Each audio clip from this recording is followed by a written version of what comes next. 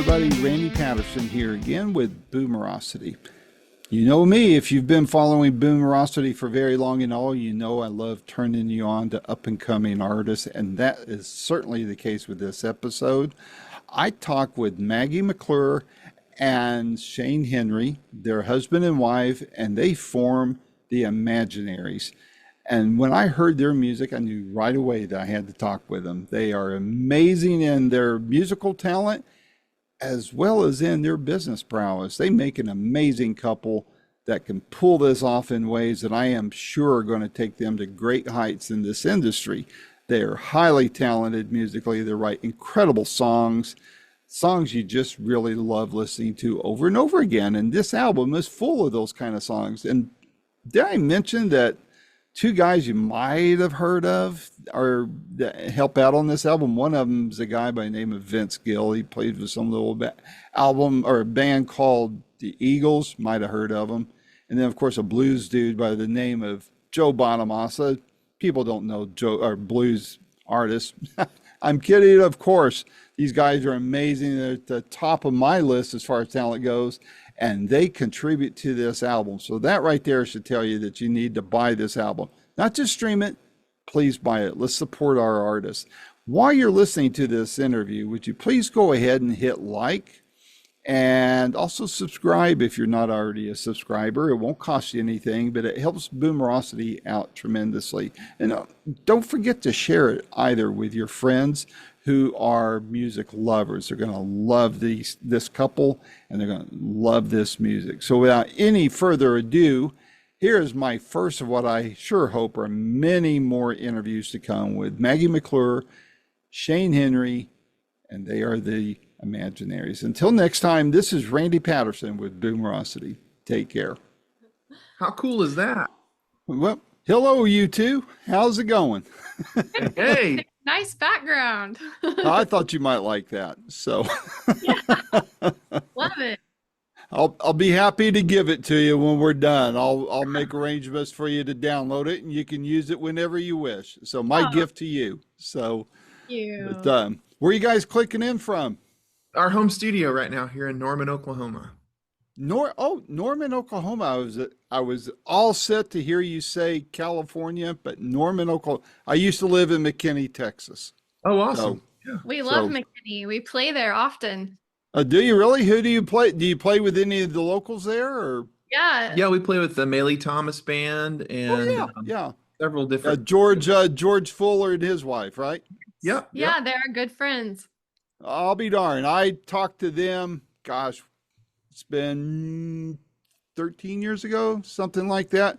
Yeah. Nice little guitar store that he owns there. So, We so you love might, if you, well, just so you know, my intro song is from Quentin Hope, who lives in the area. And I met him through Andy Timmons and then of course, you know, George Amelie and all that. So I used to live probably about 2 miles from the Guitar Sanctuary there. So very cool. Wow. So you know, it's all good. My daughter went to OU for a couple of years there, and so yeah, I'm very familiar with it all. So glad to get to talk to you.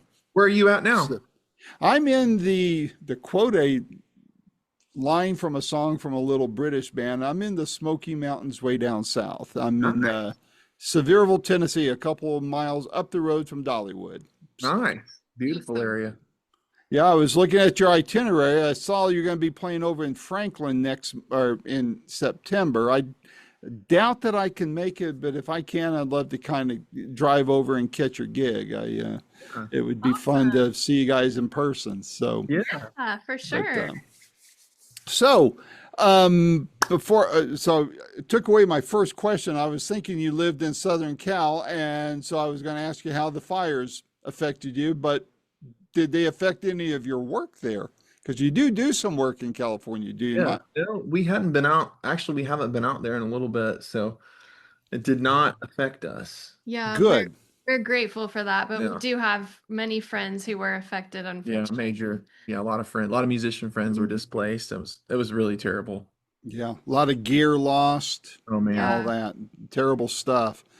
So I love what I've heard from this album so far. It's great. I love your sound, and I think I hope a lot of people hear it, and it helps launch you guys to your next level here. And what before we talk about the album, though, tell viewers when this thing posts, tell viewers who the Imaginaries are. Well, We're a husband and wife duo from Oklahoma, Shane Henry and Maggie McClure. we both were solo artists before we met, and we met through music. I opened a show for Shane when I was 16 and he was 20, and the rest is history. The Imaginaries have been a band for 6 years now, and it's a nice blending of Shane's background in the blues rock realm and my background in the piano-driven singer-songwriter world, and with a dusting of Americana. So Hmm. that's the Imaginaries. Very cool. Very cool.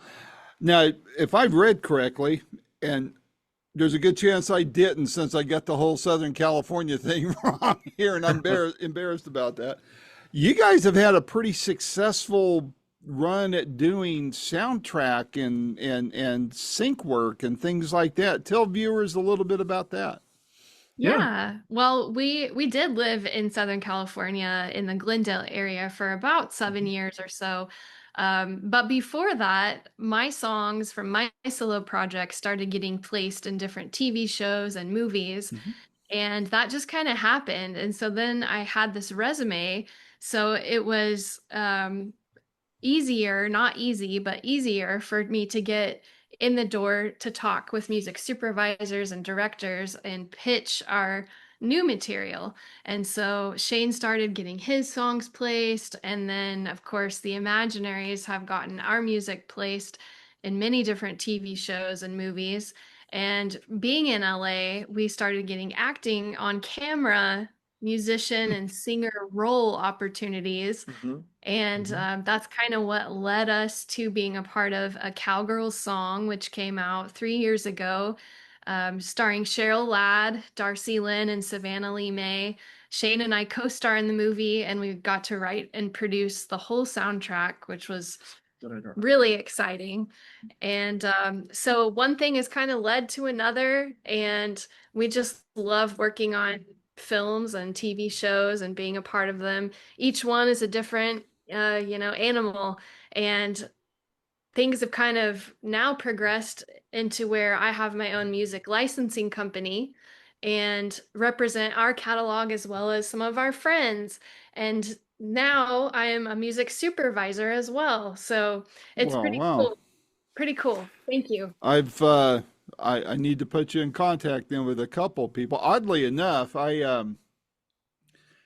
last year, yeah, I guess it was it had to be last year. About a year ago, I interviewed a gentleman who you can say he's a friend of mine. He was very involved in gospel music, Southern gospel music, way, way back. And I grew up in Arizona, and that's where I knew him and his family from. And he happened to write one of Elvis Presley's favorite gospel songs Oh, that he wow. would have one of the Imperials sing for him when the Imperials were. I guess the guy wound up being with the Stamps too, but the name of the song was "When It's My Time," and then it was sang at Elvis's funeral, and Oh, then wow. when the interview had been out for gosh, going on a year, a couple months ago, a music supervisor from Australia contacted me saying, trying to track down Phil Johnson. Can you help me? Because we want to use the song in a Elvis documentary in Australia. So I managed to put those two together. But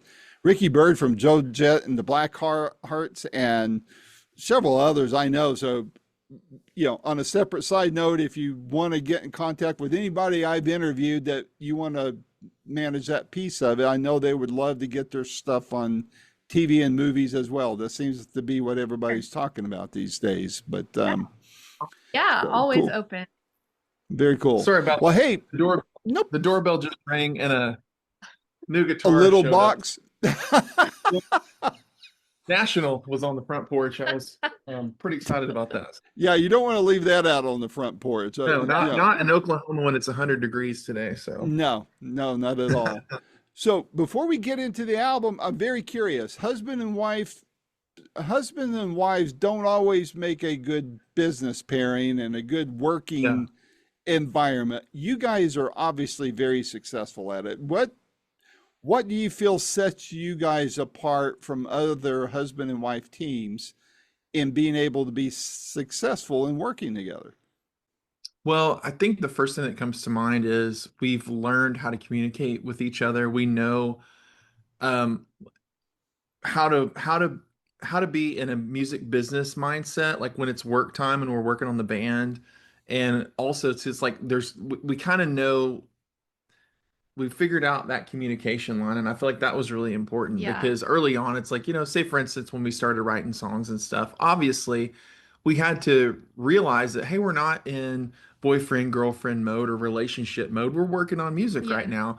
And just being able to understand how each person responds to things, I think we figured that out over the years, and we Hmm. respect each other enough to know how to communicate. And I think that's step number one. And I mean, I think honestly, like we're best friends and like we just naturally get along easy. And, the things that I'm really good at, or maybe the things that Maggie struggles a little bit with, and the things that she's exceptional at, I'm not good at.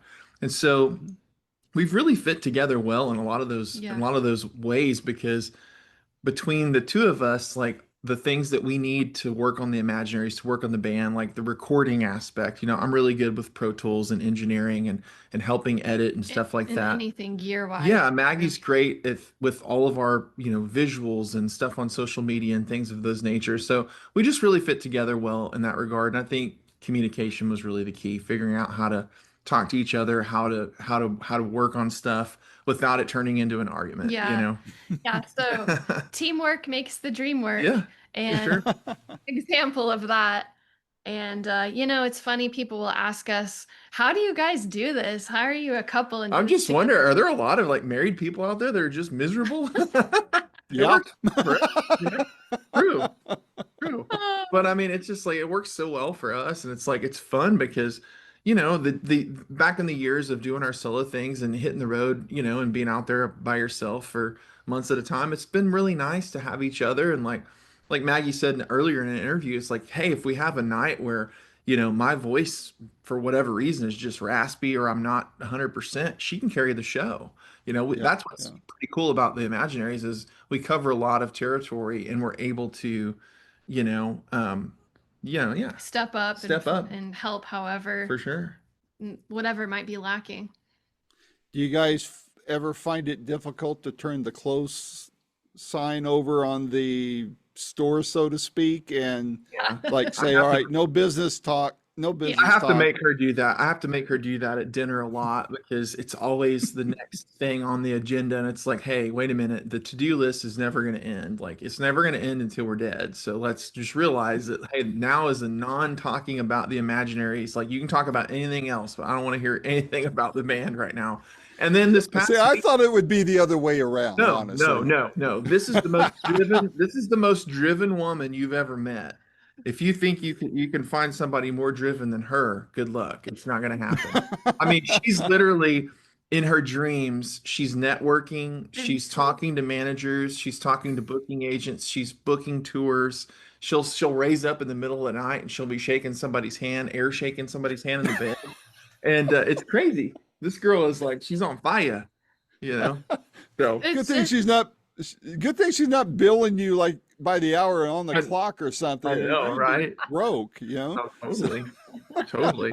But no, like this past weekend is a good example. I'm glad you asked that question because we've been in a season, with obviously releasing a record, there's a whole lot of work involved in that. There's a lot of behind the scenes work. There's getting all this material together. There's getting all the merch together. There's all of the social media posts that you have to do. There's all the videos you have to do. we're doing There's so all of it. much work. We're doing it all.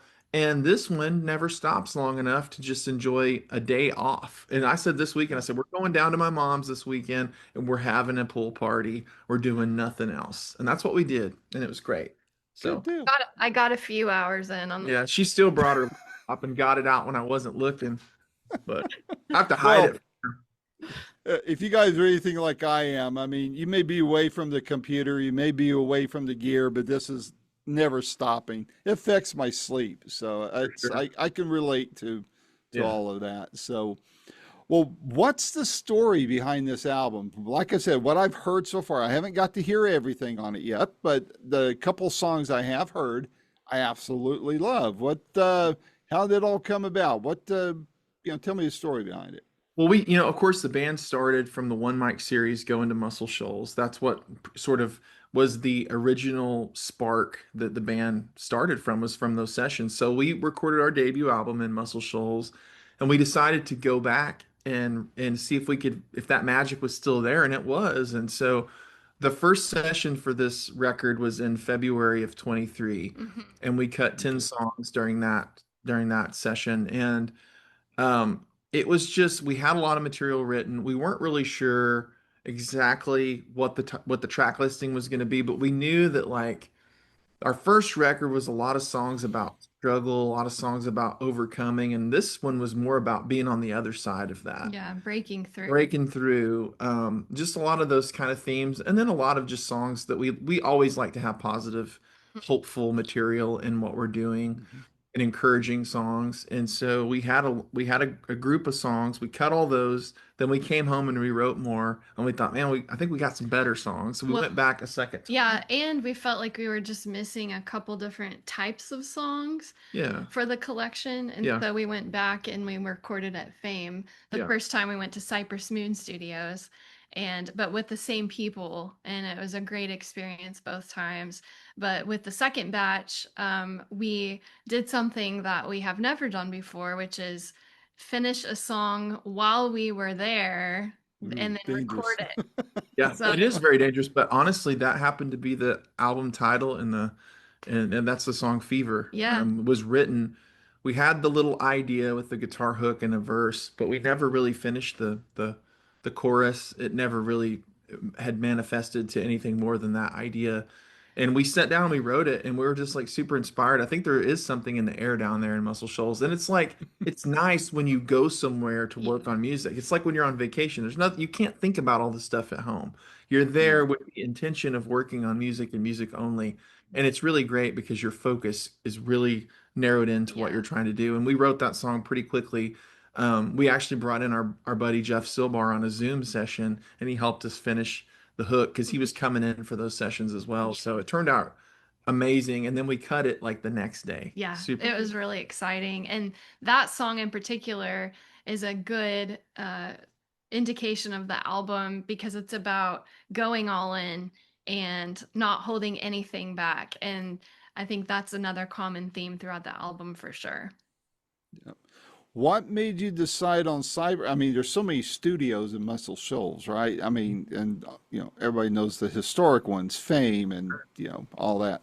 What made you decide on that particular studio? Well, Cypress Moon has kind of like two rooms in it, and one is where we cut our debut record, which is Yeah. called Portside Sound, which was actually Studio B. There's Studio A and Studio B.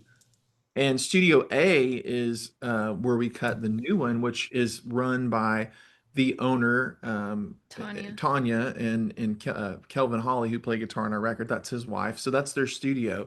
And so we cut this one in Studio A, which was awesome. It's a bigger room. We sat in a circle. I mean, it was such a magical experience. The whole thing Yeah, was great. it was a very relaxed atmosphere. Not at all as much on the clock as some other studios. Very much more casual and chill, and we really appreciated that and really liked the vibe there. So we did 10 tracks there, and then we came back down, and through both records, we had never gotten to experience Fame. And we just wanted that experience to see what it was like recording there. And so we did 5 tracks there, and the tracks that we cut there were Fever, I knew it was I you. Knew It Was You, A couple of the songs that haven't come out yet. Breaker, and Riding That High. Yeah. Yeah, so. So this was at the Fame Studios. Yes. Mhm. So Wow. there's a blend of some of the songs cut at Cypress Moon and Fame, all are part of this record. Yeah. And we did a lot of overdubs and finishing the album there in Nashville, actually, at Yakland Studio, because we self-produced this, and when we left the sessions, we came home with a ton of files that needed to be gone through, and we needed another set of eyes and ears, another brain Mm, involved. So our good friend Stephen Lywicki at Yakland Studio helped us get it to the finish line. very cool.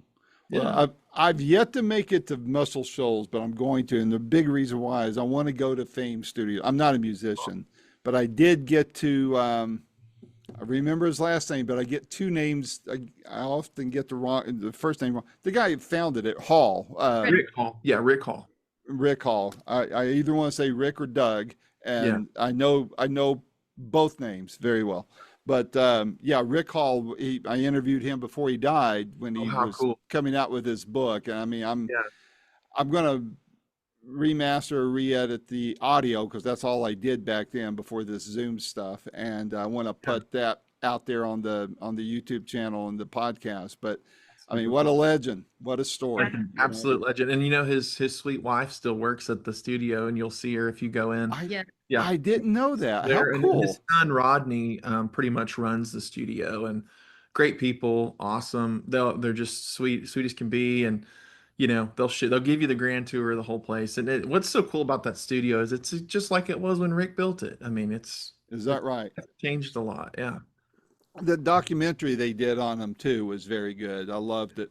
yeah. So putting this together, I mean, you guys have done a lot of recording, but this is your second with as the Illuminaries. What were there surprises that you didn't anticipate while putting this album together? Good question.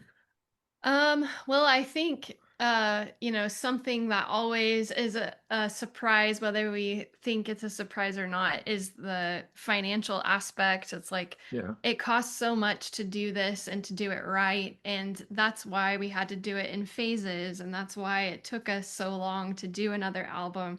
From just the traveling to the recording aspect to then mixing, then to mastering, then now artwork and photos and videos and marketing and all of the costs. um that always is on the forefront of our minds. yeah. But as far as this some other surprises, great surprises, are that we got Vince Gill and Joe Bonamassa to Whoa, part of yeah. our album, and that was not planned in any No, way. that was just totally like you couldn't have made it up if you tried. People are going to see that and they're like, "Man, who's this unknown band that has all these like amazing guitar players playing on their record?" And it's like I always tell Maggie, like she gets up on stage, she's like, "Yeah, this next song features Vince Gill on guitar, but he's not here right now, and now Shane's going to try to like play the solo." And it's like it No always pressure. it always sets me up for a clam bill. It's like my hands get sweaty, and I'm like, "Crap, I got to play like Vince Gill." It's like no one plays like Vince Gill, you know. But anyways, no, it's through friendships, it's through, we worked on a film, and through that film process, we knew a musician in Oklahoma named Byron Berline that gave Maggie Vince's number, and that was a friendship that we just got to know him, and we had this song, and we just thought he'd be perfect for it. And Maggie called him and asked if he'd play on it, and he said, "Sure, why don't you come over to the studio tomorrow?" And we were in Nashville doing these overdubs, so we did. And then my connection with Joe Bonamassa is I used to open for him when he would come through Minneapolis. I got my career started as a blues musician, blues rock musician in Minneapolis, and I would open for Wow. him at the Caboose and some different venues. And then fast forward a few years, like in '05, I was on the BB King Festival tour opening for BB King. And at the time, Joe was one of the artists that was kind of in the middle of the BB King Festival tour. So I got to know him better then. We moved to LA. I ran into him at Norm's. Anyways, long story short, we were buds. We connected over old cars. I eventually sold him this old truck that I had fixed up, and he took that truck and had a hot rod shop do a bunch of work on it. Saw that we were in town and wanted to show me the vehicle after he had all this work done, because it was really like what I wanted to do if I had an old, if I was able to spend a lot of money on it. And he came by the studio when we happened to be working on Crossroads, and we said, he came in the studio. I said, "Man, it'd be awesome if you'd play a little guitar on this song. I think you could do something really cool." And we played the track for him, and he loved it. And so he played the solo and played some cool slide stuff. And it was just one of those kind of more impromptu things. Like it wasn't super planned out, you know. Yeah, and It's not the Nerdville truck, is it? That he Yeah. took. Yeah. It Well, is. it's I'll be it's the darned. truck. It's the truck that says Rutledge Refrigeration and Oh, on okay. it's a Yeah, I 1950. know which one. Yeah, Yeah. that was mine. I don't know where my phone went, but I rescued it from a barn in Arcadia, Oklahoma. And I always wanted another truck. I always wanted one because I I had one in high school that I went to Votech class and I restored with my grandfather. And then, of course, as Mm, a young musician moving to Minneapolis, I was broke and needed money, and I sold the truck, and I regretted it. So I found this other one, and it was so cool because we had kind of had this period of time where we were kind of back and forth between LA and Oklahoma, and then we moved home, and I fixed it up in my downtime. And while my grandpa was still alive, we got to enjoy the process together again. And neat. I took him and I left the exterior. The exterior was so cool. It was an old patina truck, but we did all the mechanical work and fixed it up, got it running and driving, and cruised it around and enjoyed it. And then Joe, of course, saw some posts online and he fell in love with the truck and he just had to have it. And he kept asking me if it was for sale, and it wasn't. And then we started getting ready to make it the next Imaginaries record. And I thought, well, if the number hits the right amount, maybe it'll be for sale, you know. So he kept You making. sound like how he is on negotiating selling guitars. Exactly. Well, I said, I said I buy and rarely sell. I said, but he honestly godfathered me on that deal. He made me an offer I couldn't refuse, and I told him, I said the truck is not worth what you're paying me, but I'll sell it to you if you want it. And so I said, I'll tell you what, since you're being so sweet about what you're paying me, I'll put it on a trailer and drive it to Nashville. And so I did. And so, anyways, that all of that connection and everything that happened there led to these collaborations. And of course, I met Ariel Posen at NAMM several years ago. Always been a huge fan of Ariel's playing, and I know that like a lot of musicians like him and Joey Landreth, people like that, they record and they do sessions. I mean, they're musicians, man. They're not always on the road. They're looking for side work and stuff. And we had Wishing Well, and I thought, mhm. man, this is a perfect song for him to play some slide on. And so I just hit Mhm. him up and sent him that song and offered to pay him to play on it. So just like a studio musician. Yeah, he did it remotely. Yeah. Wow. So Very it's cool. cool. So off the topic of the album, but a Bonamassa question for you. You Sure. mentioned Norms. I assume you mean the guitar shop, right? And Yes, yes. Uh-huh. okay, well, Norm's wife said at the end of the documentary that she would really love for Joe to take over the store from Norm. I Yeah. asked Joanna Shaw Taylor Hmm. if she thought, no, no, was it Joe?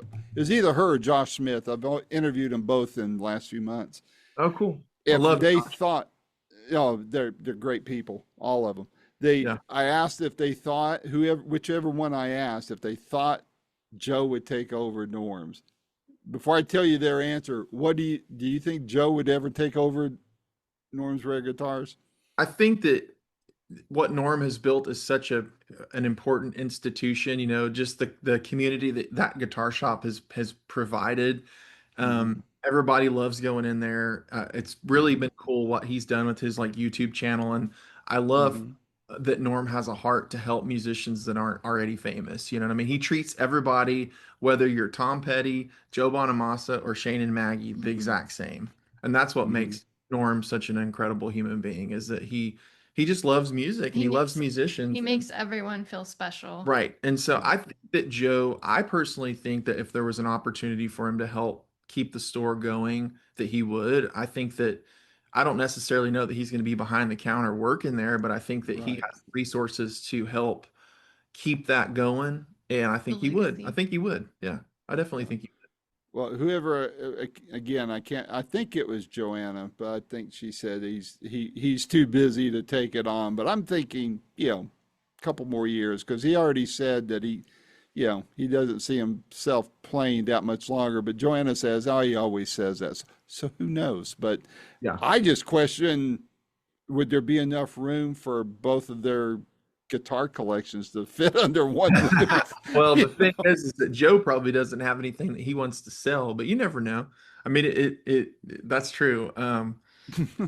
Who knows? But I hope it stays open. I know that Yeah. it's a special place, and it's kind of like what happened with Carter's vintage guitars. I mean, Yeah. uh, they moved across the street in Nashville, and the people that bought that out, they sort of helped usher them into this new building and stuff, and they're still rocking and rolling and doing. I mean, that doesn't Yep. feel much different than it did when you went to the old location. So Oh, cool.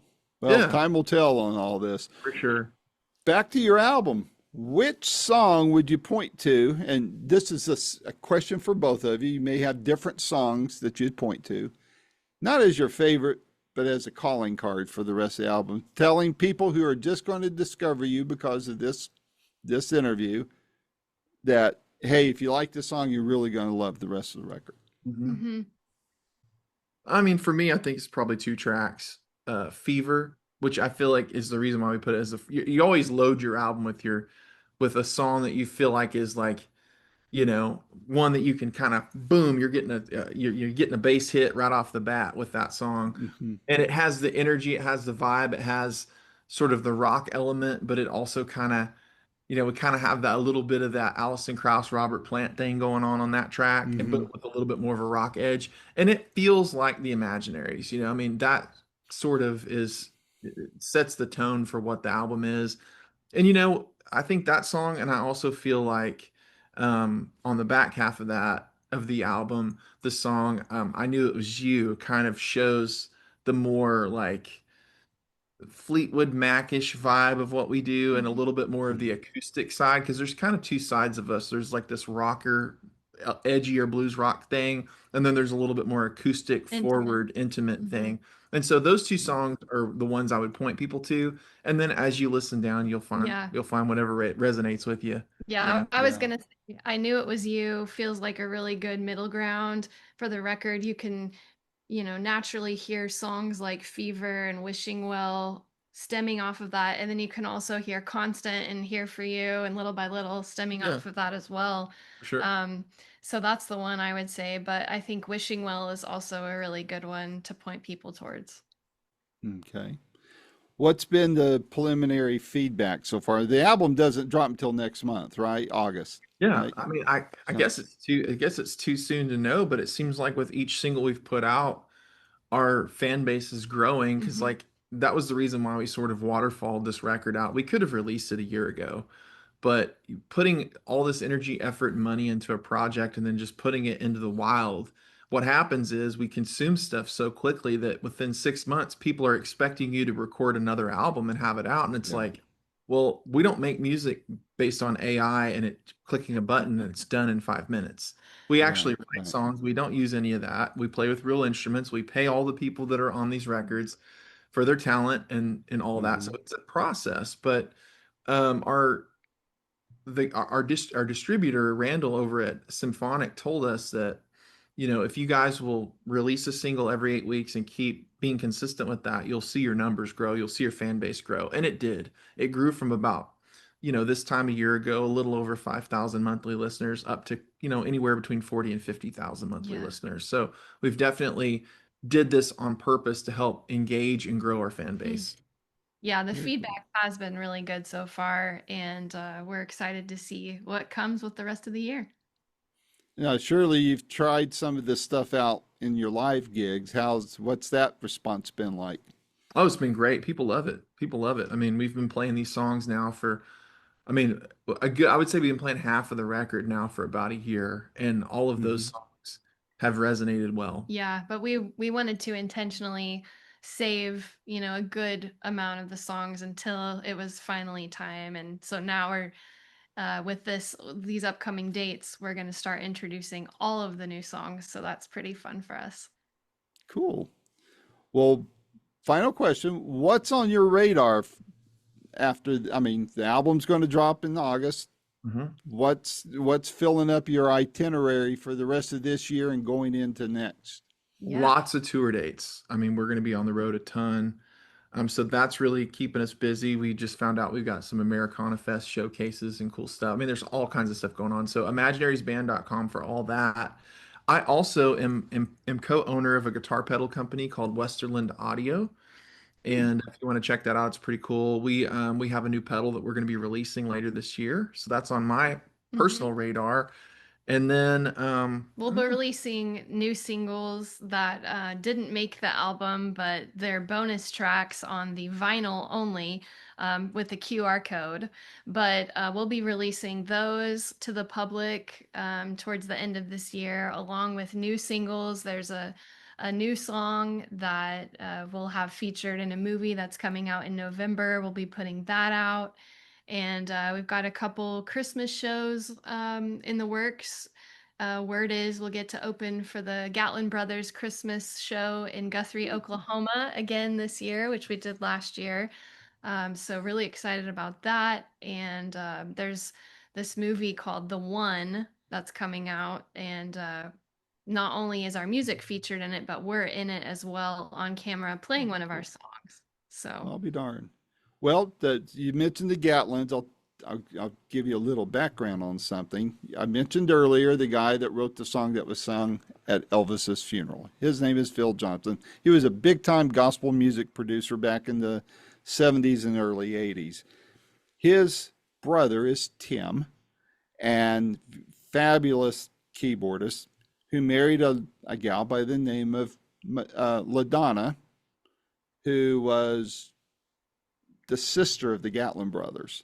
So wow. that all kind of ties in together. Okay. There's a lot of synergies there. And Tim and LaDonna played for a gentleman that was in East Texas, tied with the David Wilkerson Crusade. His name was Dallas Home. You might have heard of him. And so that's where all that stuff comes into play. And I like I said, I knew the Johnsons from when I was in Phoenix growing up as a kid and all that kind of thing. So it's interesting how the relationships can lead to creativity and new music, isn't it? So Absolutely. Sure. I'm yeah. curious, did you interview Josh Smith for his latest record? yes, I did. I Oh, awesome. did. It Very was cool. Well, he was Josh, in his studio. oh, So awesome. Very cool. Josh played guitar on my last solo record that came out in 2018 called Light in the Dark. So Josh is a wow. phenomenal. Yeah. Good friends of I've him. I've always been curious how two guitar prodigies can get along with each other, and I mean, it became very obvious how it does with he and Joe. And Yeah. Well, but if you, I think it's they both respect each other. They both can play their butts off, but they both have their own sound completely. And I yeah, think they do. Josh, as far as what he's doing with Joe, he knows how to fit in and he knows how to support him in the way that needs to be. He knows what he needs to do, and Yeah, it's he shines when his moment to solo shines. Everybody goes their jaw drops because they're not yep, expecting him to rip the that's way right. you know. Confidence is one thing, ego's another. If you got a lot of Absolutely, confidence, you're going to get along great. If you got a lot of ego, it might be a problem. And absolutely, knowing when the two can shine, that's called wisdom. So absolutely. what Well, that's it what's so cool about both of those guys is they don't have egos. I mean, yeah, they know that they're great at what they do, and they just love music. They love yeah. music and they love the whole thing. So it's I cool. love what Joe does in support of the blues and the artists who are up and coming. I interviewed him, gosh, it's going on 2 years ago now, was the last time I interviewed him. I think I caught him in a bad mood. You can watch it. It's on my channel, but I just got what I thought was just great stuff when I mentioned about the work he was doing during the pandemic to help other musicians. Yeah. And it was a genuine compliment. Boy, did he go off on Rolling Stone magazine. Oh my Lord. And I was just like, hey, I'm loving this, but this isn't what I was going for. But man, just let it keep coming, man. Oh yeah, he Joe's was, a he great was guy. just, yeah, He he is. really is. He's a great guy, and he helps so many people in so many ways. And he's helped us, and we're honored to be his friend. We really are. Yeah. Well, I've seen him more in concert than I have anyone else. And Wow. he's never, ever disappointed. And I'm a huge fan. I turn a lot of people on to him. And I love seeing what he does for people like you and other artists. And I don't care how grumpy he gets with me or anybody else. I think he's a great guy. So Absolutely. that's what it's all about. Well, you two, this has been a lot of fun. Please know my door is always open to you. I look forward to talking to you a lot more in the years to come. And Awesome. please let me know if there's ever anything I can do to help support you. And if I can make it to Franklin in September to see you guys, I'll definitely do it. But if not, then the first chance I get, I want to see you guys perform and maybe meet you before or after the show and Awesome. Yeah. Are there any shake hands, hug necks, and all that. So, Are there any cool singer-songwriter venues that are close to you that you love to hear music at? oh yeah, we've got there's a little small place in Knoxville called the Open Chord. Okay. Open Okay. chord. And you could self-book there. I've Yeah. got friends that bring their bands through, but some names have come through. Jake Shimabukura, the ukulele guy, Yeah. he's been there. Who's the McCartney guitar player that's still alive? That's not with McCartney. Is it Denny Lane? Yeah. Yeah, he's been there. I mean, it's an old steakhouse that they've converted into a song venue and music. Right? I mean, he's a Taylor guitar dealer there. Awesome. Very First cool. name's Randy. I forget his last name. I just call him by his first name so I can feel like I'm talking to myself. We've done the Blue Plate special several times there in Knoxville. Oh yeah, right downtown, down on Gay Street. Yeah, that's another good one. As far as smaller, intimate venues, that's one thing. You know, right up the street, you got two theaters. You got the Tennessee, that's 1,600 seats, and then the Bijou, which is, I don't know, 700, 800, 900 seats there. Fun little place. But Yeah, for sure. but if you get booked there, please let me know so I can come over and see you guys. Yeah, awesome. Yeah, great. We'll let you know. We All right. will. Well, listen, stay safe, and especially there in Tornado Alley, and and I hope to meet you guys face to face down the road. Thanks. Thank you so much. See ya. Thank you. Take care. Bye-bye. Thank you. Bye. This has been another fun-filled episode of Boomerocity with your host and producer, Randy Patterson. The theme song is Roll the Dice and is recorded and used by permission from Quentin Hope. Quentin is spelled Quinten, and Hope is Hope. And you can find out more about Quentin at quentinhope.com. Post-production is done by Cardinal Sins Productions.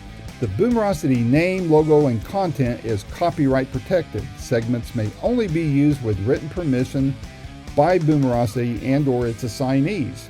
Inquiries should be directed to input@boomerocity.com. Copyright 2025.